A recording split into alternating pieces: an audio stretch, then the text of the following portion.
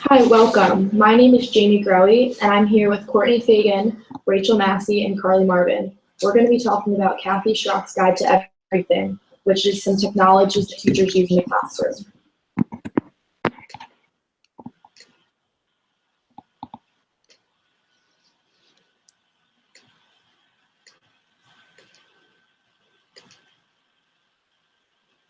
My first resource is Twitter for Teachers. Twitter is a great source of professional development and collaboration to add to your personal learning network. Some uses of Twitter is that it collates classroom views. Teachers can tweet questions or discussion topics, and students can tweet back their responses. Teachers can tweet the lesson, and parents can follow them and stay up to date on what their students are learning. Teachers can also instruct their students to write an introduction to a story, which can only be 140 characters, and other students can tweet back their additions to the story. Teachers can also post Twitter polls and have their students answer back, and teachers can have their students tweet them what they learned during a lesson or what was difficult during the lesson. Some rules to remember with Twitter and really any social media is that teachers should approve students' tweets prior to tweeting. Teachers should not share students' names in tweets.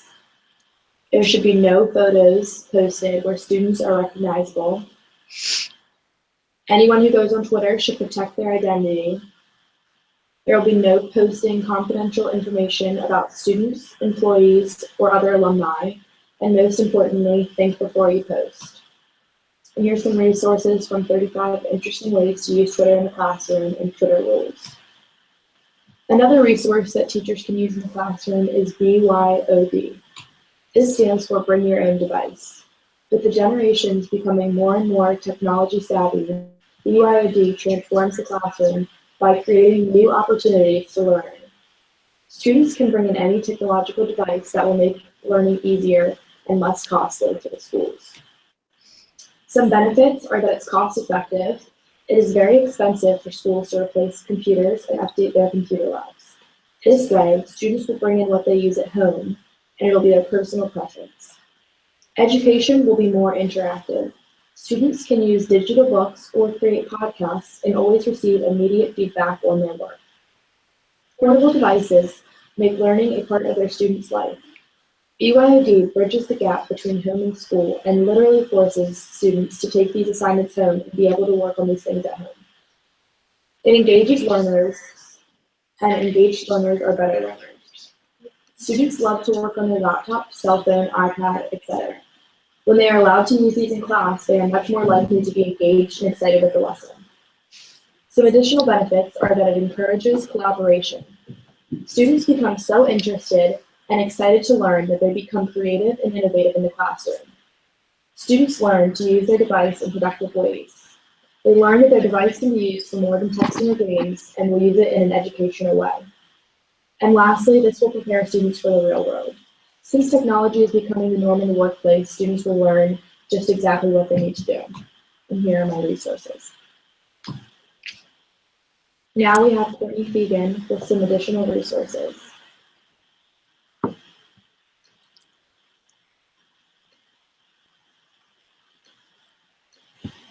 Hi, my name is Courtney Fagan, and today we are going to talk about some tools in the classroom. The first tool I will be discussing is digital storytelling. What is digital storytelling? Digital storytelling is a digital way for students to tell a story by using images, voice narration, music, and sometimes motion. It focuses on a specific topic and contains a particular point of view. Digital storytelling incorporates storyboarding, writing, a script, revision, and production. It allows you to create a video project that can be shared in many forms and also encourages exploration of an idea with technology. Advantages in the classroom. It is a way for teachers to integrate the use of technology into writing curriculum. It provides an engaging way for students to be able to learn the lesson being taught. Teachers are able to open their students to a vast world of knowledge and possibilities. It shares stories at any time in any place. It encourages collaborative learning because students problem solve and bounce their ideas at one another. Students learn and are able to present in their individual learning styles. Students use higher level thinking skills in synthesis of ideas, evaluation, and application. Here are my resources. The next tool I am presenting is sketchnoting. What is sketchnoting? Sketchnoting is a visual note taken with a purpose. Sketchnotes are notes taken online using the FlipLink app during presentations or panels that combine doodles and diagrams and text and topography to capture ideas visually. Advantages of sketchnoting in the classroom. Sketchnoting keeps students alert and attentive. It helps students to be able to better recall information. Online sketchnoting, there are many visual features that can help a student learn a lesson. It engages your whole mind. Sketchnoting creates a visual map and it keeps students on task. Here is an example of a student using the FlipLink app and sketchnoting. And here's another example of what they're able to do using math, and they're able to draw number lines, draw shapes, and many other figures. Here are my references. And now we are going to go to Rachel. Okay, hello. Today I'll be presenting more tools. We are going to start with the Bloomin' apps. So Kathy Schrock's Guide to Everything, she basically created this herself. So she started with Bloom's taxonomy, and Bloom's revised taxonomy is an overview that promotes higher forms of thinking in education, such as analyzing and evaluating concepts, processes, procedures, and principles rather than just remembering facts.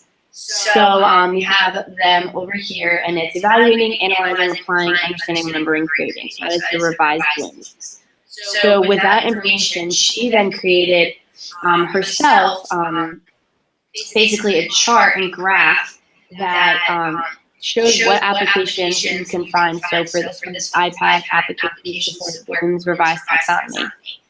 So you can see for each of the categories, there are then applications that you can use in your classroom that are available on iPads. So if teachers, or if a school has iPads that they give to all the students, teachers can then have the students download these apps, which will then be helpful for which criteria they are trying to use. Then she created a chart for Android apps. So there's an Android system that they're using. As you can see, there's storytelling, subscribing, Google searching, Quizlet, or calling. So it just shows all the different types and how each app is useful. Then we have ones for just like regular online tools so if you go online, you can find any of these.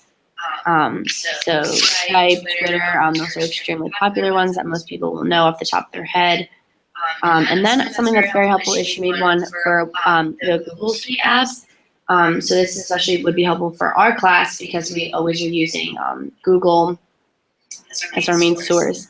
But as you can see, we have slides, we have Hangouts, Sheets, Drive, which Chrome, and these all will follow all the Bloom's revised taxonomy. And those are my resources for that.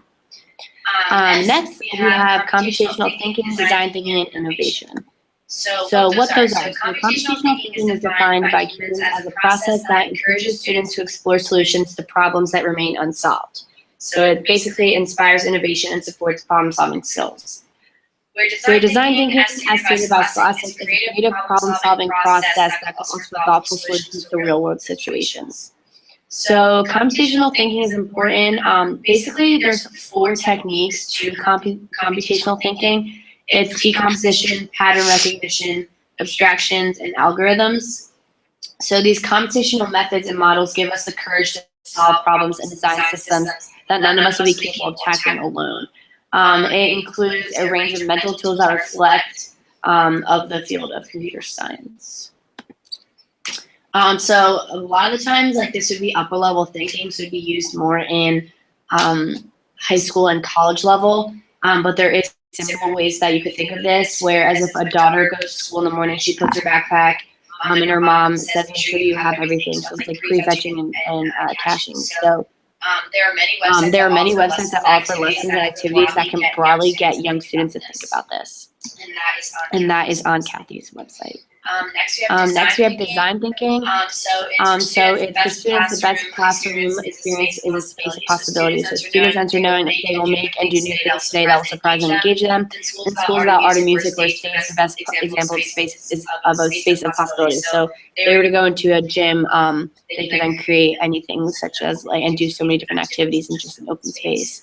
It is a structured task that focuses on giving considerable time to thinking about emphasizing with the people within the situation, designing and prototyping. It can be used in general classroom tasks in any subject area too. And basically the way of design thinking is you start out individually, then you share your ideas with a group of people, then you start profiling, you go to viewpoint, do you feel empathy for it? Do you empathize with the situation? You have more interactions, you select and design, you prototype, and then you pitch, and then there's critiquing.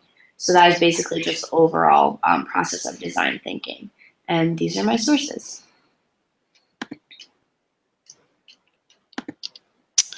Okay, I'm going to be talking about two more tools. Hold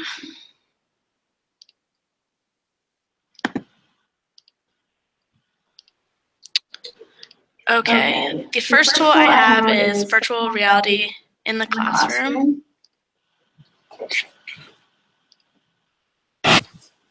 What is virtual reality? Virtual reality is experiencing things through technology, such as on our computer, that we cannot experience in the real world. An example of this would be considering almost all of us will never go to space. Using virtual reality is a great way to experience things of this nature without ever having to leave the home or the classroom. It's used often in the workforce with scientists and doctors in order to get a closer look and generate ideas. It can access virtual reality using cell phones and apps, as well as computer simulations and interactive games. And these are some ideas or some examples of what virtual reality looks like. There are 5 things that essentially make up a virtual reality. And the first one is that it's believable. Does it feel real, or are you aware of the fact that it's an illusion? 2, it's interactive. Virtual reality allows you to move around, and whatever it is you are looking at moves around with you, following your motions. 3, it is computer-generated, fast-reacting computers with 3D features in order to make the virtual reality believable. 4, it is explorable. It needs to be big enough to allow the viewer to move around and experience a detailed scene. And 5, it is immersive. It needs to engage both the body and the mind. Although we won't be able to smell, taste, or feel, we can get as close as possible to the real thing. Some pros are experience. It creates a beforehand experience prior to performing tasks and practicing things in the real life. An example of this would be practicing driving a car in a car simulator before starting on the real roads to give new drivers a sense of driving as much as the virtual reality can. It takes nothing away from the real world. Those who do not want to use virtual reality do not have to. And it can allow people to experience historical events or even events that they were not able to make but wish to attend, such as like a wedding or something. Some cons turn too many things into a virtual reality, and people may be so caught up in the alternative world that they may neglect the real world. And my next tool is Video of the Month. Finding a video that is either informative, it creates discussion, or is simply fun for the class. It's a video related to a topic students have learned that week or month and can elaborate on thoughts and ideas and give students more information. It can also be a funny or entertaining video that allows kids to take a brain break and just sit and relax for just a few moments. Or it can be news or current events video that may spark controversy and can be discussed within the classroom to share opinions and different perspectives. Some examples are TED Talks, which are super informative and allow for students to do a lot of thinking. They could be step-by-step videos, which could be fun and something such as doing crafts that allow students to get involved while doing something fun. It could be videos relating to all the new upcoming technologies that may be incorporated in the classroom and give students an idea of what they can expect. And it could also be a music video, some that relay a story or message and can be shared with students, but also relate to some topics that are discussed in class. And a few monthly videos. This one is a TED Talk, an informative video on infographics, one that discusses new technologies such as iPads in the classroom, and a YouTube video, music video. And this is my references. So thank you for watching, and those are some of the tools in Kathy Schrock's Guide to Everything.